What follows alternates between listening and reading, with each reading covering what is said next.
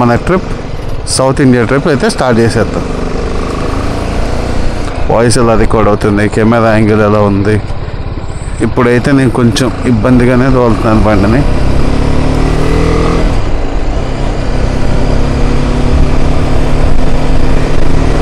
చర్చ్లో prayer complete అయింది on the day 1. Vijayawada to Chennai.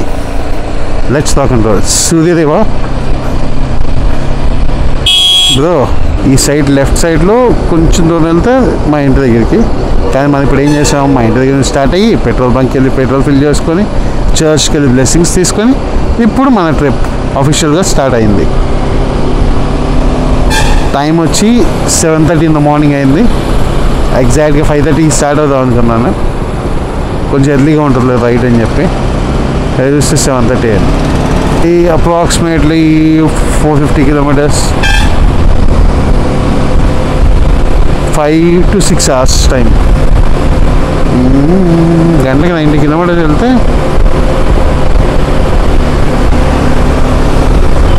5 to 6 hours. విజయవాడకి మోస్ట్ ప్రామినెంట్ అయిన కనకదుర్గ వారధి, అటు పక్కన రైల్వే బ్రిడ్జ్, అక్కడ ఒక బ్యారేజ్ ఉంటుంది. బ్యారేజ్ ఇది ఇప్పుడు కనిపించట్లా. ఇది క్రాస్ అయితే విజయవాడ అండ్ నెక్స్ట్ గుంటూరు జిల్లా వస్తుంది. అలా కొన్ని డిస్ట్రిక్ట్స్ దాటి మనం ఇప్పుడు చెన్నై చేరిపోతున్నాం.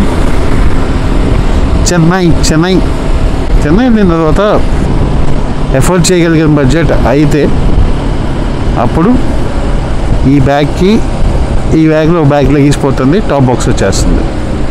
ఎఫర్ట్ చేయలేని బడ్జెట్ అనుకోండి.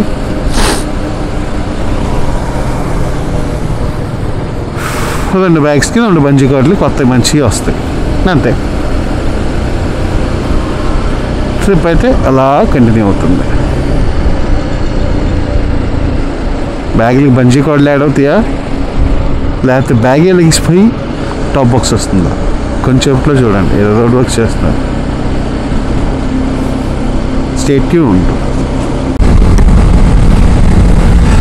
ఇప్పుడే మనం మంగళగిరి కూడా క్రాస్ చేస్తున్నాం. ఇది బెస్ట్ ప్లేస్ హ్యాండ్లూమ్ శారీస్ కోసం మంగళగిరి పట్టు అంటారు. అండ్ 2 ఇది ఇప్పుడు పొటెన్షియల్ ఐటీ హబ్ కూడా అవుతుంది ఆంధ్రప్రదేశ్కి. ఎగ్జాక్ట్గా చెప్పాలంటే ట్రావెల్ చేసేవాళ్ళే కానీ ఎక్కడి నుంచి వచ్చేవాళ్ళు కానీ ఈ డాబాస్ ట్రస్ట్ చేయొచ్చు. ఫస్ట్ అఫీషియల్ టోల్ ప్లాజా దాట్ టైం ఎన్ని టోల్ గేట్లు ఉన్నా కౌంట్ చేద్దాం. టువర్డ్స్ చెన్నై. This is 1.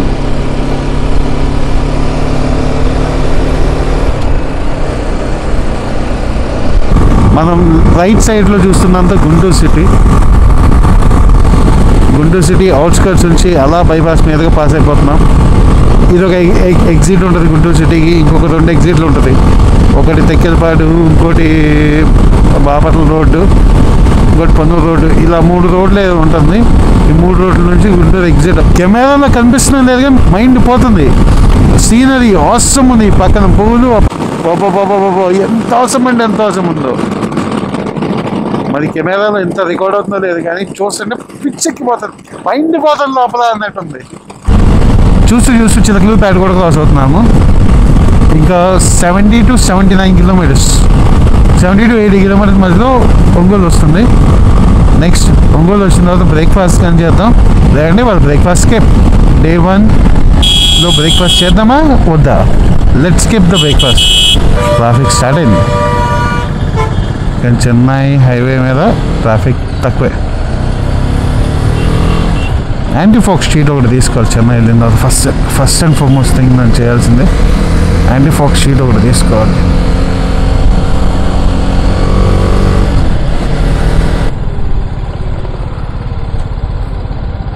ఎంత ట్రావెల్ చేసి ఉంటాం చూడాలి ఒకసారి.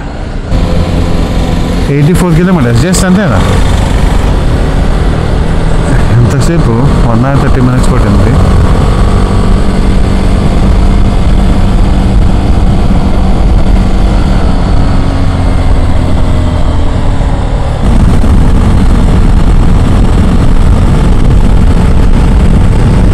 ఈ ట్రిప్ స్టార్ట్ చేసిన తర్వాత ఆఫీషియల్గా 100 కిలోమీటర్స్ జస్ట్ కంప్లీట్ అయింది. అండ్ ఇంకా చెన్నైకి అప్రాక్సిమేట్లీ 363 కిలోమీటర్స్ ఉండొచ్చు. ఇప్పుడు ఎగ్జాక్ట్గా నేను ట్రావెల్ చేస్తుంది అయితే హైవే మీద, కానీ ఎయిర్ స్ట్రిప్ కోసం బిల్ చేసింది ఇది ఎందుకు ఎయిర్ స్ట్రిప్ కోసం బిల్ చేశారంటే ఫ్యూచర్లో వార్ టైంలో కానీ ఎమర్జెన్సీస్లో టైంలో కానీ ఇక్కడ ట్రైల్ రన్ కూడా చేశారు ఎయిర్క్రాఫ్ట్ ల్యాండ్ చేయడానికి. రైల్వే సెంటర్ లైన్ ఎలాగైతే ఉంటుందో ఆ సెంటర్ లైన్ లాగే ఇదే మ్యాచ్ చేశారు. దీన్ని జస్ట్ అటు ఇటు బ్యారిగేడ్స్ కూడా ఏం పెట్టలేదు, లేకపోతే పర్మనెంట్ ఫిక్చర్స్ కూడా ఏం చేయలేదు, ఇలా మధ్యలో పెట్టుకుంటూ వచ్చారు. ఆ టైంలో ఎమర్జెన్సీస్ టైంలో ఈ వెకేట్ చేసేస్తే ఎయిర్క్రాఫ్ట్ ఇక్కడ ల్యాండ్ అవ్వడానికి అవకాశం ఉంటుంది. సో దానికోసం బిల్డ్ చేసిన రన్వే కమ్ హైవే ఇది. ఇక్కడ ఎయిర్క్రాఫ్ట్ టచ్ డౌన్ అవడానికి అప్రాక్సిమేట్గా రన్వే ఎంతైతే లెంత్ బిల్డ్ చేస్తారో ఆ లెంత్ బిల్డ్ చేస్తారు. దీనికి కూడా టర్నింగ్ రేడియస్ కూడా ఇచ్చారు. రన్వేలో ఎండ్ పాయింట్ ఎలా ఉంటుందో టర్నింగ్ కోసం అలా కూడా ఇచ్చారు.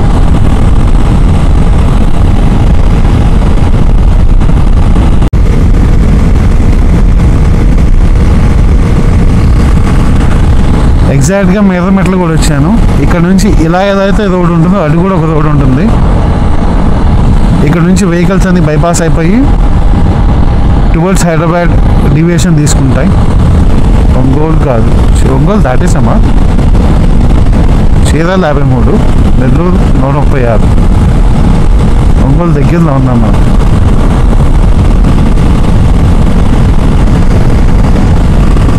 కెమెరాలో ఎలా రికార్డ్ అవుతుందో తెలియదు కానీ క్లైమేట్ అయితే అవసరం అంటే అవసరం ఉంది. రైడ్కి కావాల్సిన క్లైమేట్ అంతా ఉంది. వర్షం ఒకటి లేకుండా ఇలాగే ఉంటే ఆ కన్యాకుమారి వన్ డేలో అచీవ్ చేయొచ్చు. ఇండియన్ ట్రాఫిక్లో కూడా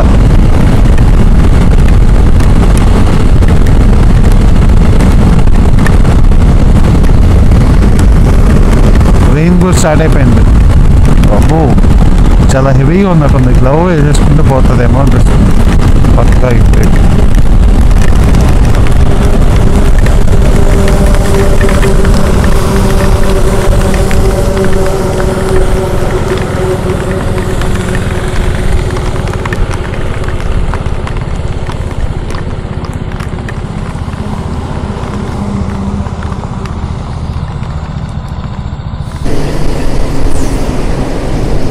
రైట్లో వచ్చే 3rd or 4th toll gate ఇది. తీసుకున్న డ్రై గ్లౌజ్ ఇది చాలా టైట్గా అనిపిస్తుంది. అంటే యూజ్ చేసింది తక్కువే, పర్చేజ్ అయితే చేశాను కానీ యూజ్ చేయలేదు. చాలా టైట్గా అనిపిస్తుంది. ఒక 2-3 రోజులు యూజ్ చేస్తే నార్మల్ అయిపోతుంది. ఇప్పుడు వరకు వర్షం కుమ్మర్లు పెట్టేసింది. వెంటనే జాకెట్ నుంచి రెయిన్ జాకెట్కి వచ్చింది. జాకెట్ లైట్ షవర్స్కి తట్టుకుంటుంది కానీ ఆగి ఈ జాకెట్ వేసుకుని పెట్రోల్ బంక్లో ఆగి ఈ జాకెట్ వేసుకునే లోపలే మొత్తం కుమ్మర్లు పెట్టేసింది. ఇది ఎగ్జాక్ట్గా సింగరాయకొండ, లెఫ్ట్ సైడ్లో ఉన్న సింగరాయకొండ.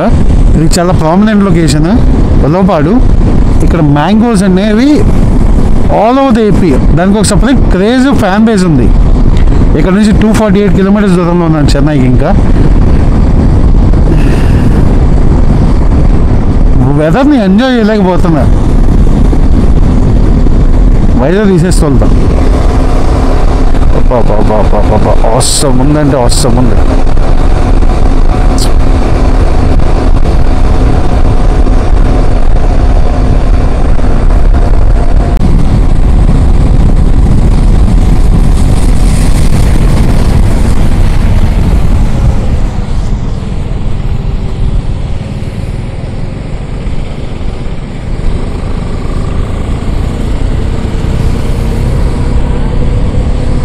రైడ్లో అప్రాక్సిమేట్గా 3.5 hours తర్వాత చాలా స్లోగా క్రూజ్ చేసుకుంటూ వెళ్తున్నాను. ఇప్పుడు నాకు తెలిసిన రేంజ్ అయితే 60 to 70 మధ్యలో క్రూజ్ చేసుకుంటూ వెళ్తున్నాను. అఫీషియల్గా 200 కిలోమీటర్స్ కంప్లీట్ అయింది. నీకు మనకి 1000 కిలోమీటర్స్ ఉంది. అంటే అస్సలు ఏం కనపట్ల. రెండోది వైజర్లో ఫాగ్ వైజర్ తీసుకోలేదు నేను. యాంటీ ఫాగ్ షీట్ తీసుకోలేదు వైజర్ లోపలికి.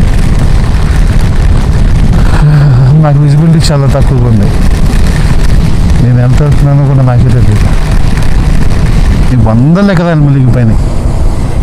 మొత్తం ఎటు చూసిన ఫ్లడ్ వాటర్తో నిండిపోయింది. అసలు ఇదంతా పోయింది. ఎంతమంది రైతులు సఫర్ అయి ఉంటారు. ఇప్పుడిప్పుడే వేసారు. 2 minutes నుంచి చూస్తున్నా, మొత్తం మునిగిపోయినాయి అప్ప. రైతులంతా నష్టం అంటే నష్టపోయారు. నష్టపోతే ఎకానమీ మొత్తం నష్టపోతుంది. వర్షం అయితే బీభత్సంగా కుమ్మేస్తుంది. అసలు మరి క్యామ్లో కనబడుతుందో లేదో ముందు ఒక వెహికల్ వెళ్తుంది. అది కూడా ఆ వెహికల్ కనబడటానికి దగ్గర 2-3 minutes టైం పట్టింది. అంత దారుణంగా ఉంది వర్షం. నెల్లూరుకి ఒక 20 kilometers ఫ్యూయల్ రేంజ్ కూడా 84 kilometersకి వచ్చేదే రిజర్వ్ ఫ్యూయల్లో వెళ్తున్నాను నేను. చూస్తాను ఎక్కడన్నా ఫ్యూయల్ స్టాప్ తీసుకుందాం. ఏదో అప్రాక్సిమేట్గా విజయవాడ నుంచి స్టార్ట్ అయ్యి 250-260 kilometers అయిపోయింది. ఫ్యూయల్ కోసం బ్రేక్ తీసుకోవాలి. నెల్లూరు సిటీ దగ్గరికి కూడా వచ్చేసాం. 274 kilometers కవర్ చేశాను విజయవాడ నుంచి. పొల్యూషన్ సర్టిఫికేట్ తీసుకొని మళ్ళీ రీస్టార్ట్ అయ్యాను. బండి కొని 1.5 years అవుతుంది. సోనీ డాక్యుమెంట్స్ పర్ఫెక్ట్గా ఉన్నాయి. థర్డ్ పార్టీ ఇన్సూరెన్స్ అనేది అంత సేఫ్ కాదని నా ఒపీనియన్. నాకు పెద్ద కమర్షియల్ వెహికల్కైనా అంతే, ఈ 2 wheelersకైనా అంతే. నాకు ఒక స్కూటీ ఉంది, ఇదొకటి ఒక కమర్షియల్ వెహికల్ ఉంది. ఈ మూడాట్లకి కలిపి ఇన్సూరెన్స్ అయితే ఫుల్ ఇన్సూరెన్స్లో చేసి ఉంచాను ఎప్పటికప్పుడు. నెల్లూరు సిటీ పెన్నా రివర్ దగ్గర ఉన్నాను. పెన్నా రివర్లో వాటర్ లేవా?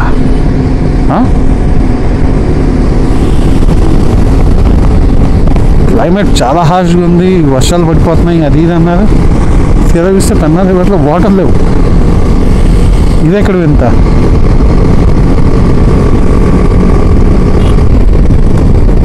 అసలు వాటర్ లేవు కదా. అది చూసినా ఇది చూసినా వాటర్ లేవు. 20 kilometers రేంజ్ చూపిస్తుంది. ఇంకా ఇందాక ఒక రిలయన్స్ బంక్ కనిపించింది. సరే పెట్రోల్ ఫిల్ చేద్దామని వెళ్ళా. కార్ లేదంట, యూపీఐ లేదంట, ఓన్లీ క్యాష్ అంట. హైవేస్ మీద ట్రావెల్ చేసేవాడు మ్యాక్సిమం ఇవాళ టెక్నాలజీ యూజ్ చేసుకుంటూ యూపీఐ కార్ క్యారీ చేస్తున్నారు. ఎవరు క్యాష్ క్యారీ చేయట్లేదు. సో అలాంటప్పుడు అలా పెట్రోల్ లేదా? కరెంట్ పోయిందా? లేదా కరెంట్ పోయిందా అన్న? ఇంకెంత దూరంలో ఉందన్న బంక్? 1 kilometerలో ఇండియన్ ఆయిల్ ఉందా? థ్యాంక్స్ అన్న.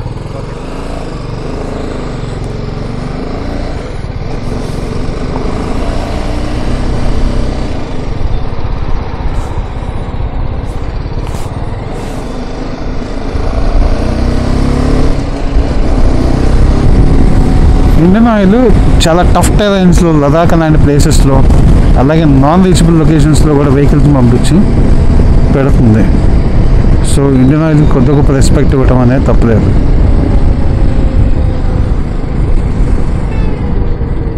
అమ్మయ్య పెట్రోల్ ఉంది, జనాలు ఖాళీగానే ఉన్నారు.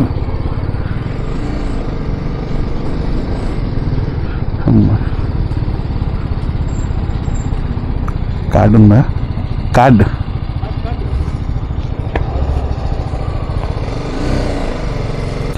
ఫుల్ వేసేవన్నా.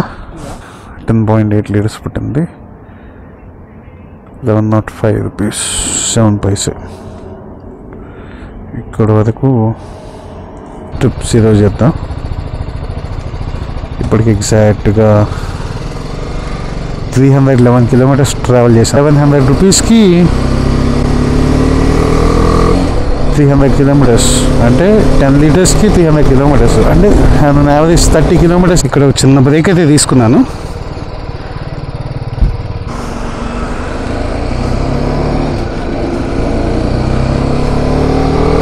వెహికల్స్ అయితే చాలా అంటే చాలా ర్యాష్గా వెళ్తున్నారు.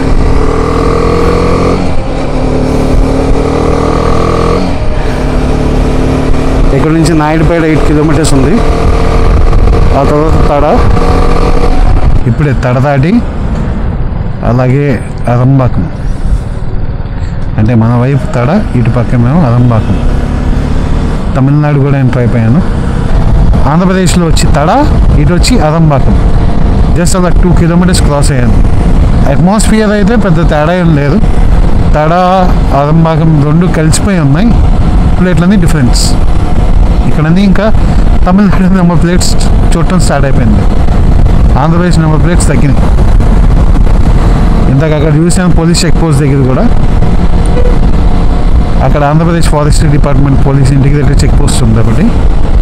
ఇక్కడ క్రాస్ అయిన వెంటనే పోలీస్ చెక్ పోస్ట్ తమిళనాడు నుంచి ఉంది. చూడటం స్టార్ట్ చేయొచ్చు. తమిళ్లో స్టార్ట్ అయిపోయింది నేమ్స్ అన్నీ.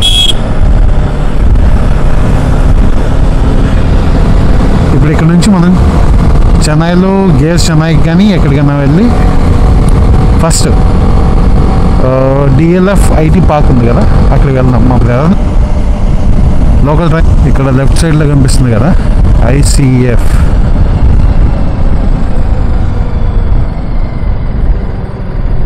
వెహికల్స్ పైకి వెళ్ళకుండా కిందకి వెళ్తున్నాయి, మళ్ళీ పైకి వెళ్ళి కిందకి తిరిగి వస్తున్నాయి అంటే నాకైతే అర్థం కాదు. చెన్నై మంచి మెట్రో సిటీ అనిపించింది. ఎంటర్ అవ్వడంతోనే ఇంకా ఎంటర్ అవ్వకుండానే ఒక 44 minutes block, 47 kilometers 139 minutes block చూపిస్తుంది. అటు ఇటు మొత్తం ట్రాఫిక్ జామ్. లోకల్ ట్రైన్ వెళ్తుంది. ఇంకా చెన్నై మాధవన్ హైవే మీద కూడా క్రూజ్ అవుతున్నాను నేను. అప్రాక్సిమేట్గా 100-120 kilometers రేంజ్లో వెళ్ళొచ్చు. రోడ్ అయితే బాగానే ఉంది. ఒక చిన్న టోల్ గేట్ అయితే ఉంది, కానీ అబ్బా అన్నానో లేదా, రోడ్లు మరి వర్స్ట్గా తయారైనాయి, గీగేసి ఉన్నాయి. ఇప్పుడు నేను ఈ బిల్డింగ్ చాలా పెద్దగా ఉంది. నాకు తెలిసి చెన్నై ఐటీ జోన్లోకి వచ్చినట్టున్నాం మనం. ఇంకా కన్స్ట్రక్షన్లోనే ఉంది ఈ సైట్ అయితే. లెఫ్ట్ అండ్ రైట్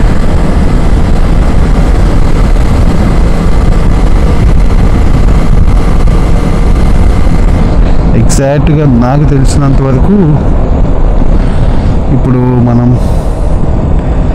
బైపాస్ మీద ఉన్నాము. ఇది సాయినగర్ అని చూపిస్తుంది లొకేషన్ అయితే, మనకు అంత ఐడియా లేదు.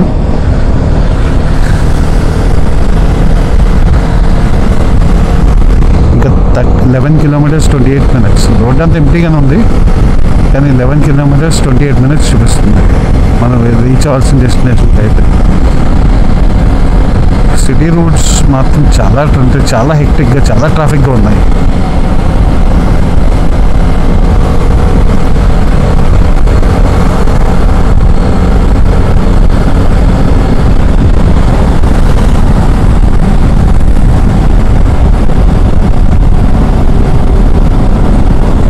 ఇది ఇండస్ట్రియల్ ఏరియా.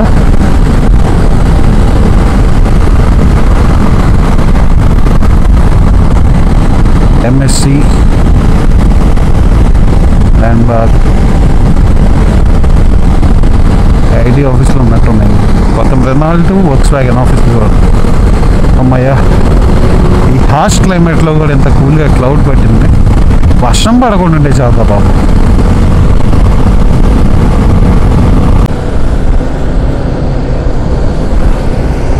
ఇప్పుడు ఒక డీవియేషన్ కనిపించింది. లెఫ్ట్కి వెళ్తే కోయంబేడ్, ఫస్ట్ లెఫ్ట్కి వెళ్తే కోయంబేడ్ ఫస్ట్ ఎగ్జిట్లో, సెకండ్ ఎగ్జిట్లో Bengaluru and Tambaram second exit. కానీ నేనైతే స్ట్రైట్గా ప్రొసీడ్ అవుతున్నాను ఇదే హైవే మీద. వావ్, జనాలు చాలా ర్యాష్గా తోలుతున్నారు ఇక్కడ. 60 to 70 మన క్రూజింగ్ అంతా అదే రేంజ్లో ఉంటుంది. మార్నింగ్ నుంచి అదే రేంజ్లో క్రూజ్ చేసుకుంటూ వెళ్ళిపోతాం. సిగ్నల్స్ కూడా యూజ్ చేయట్లేదు గట్టిగా మాట్లాడితే.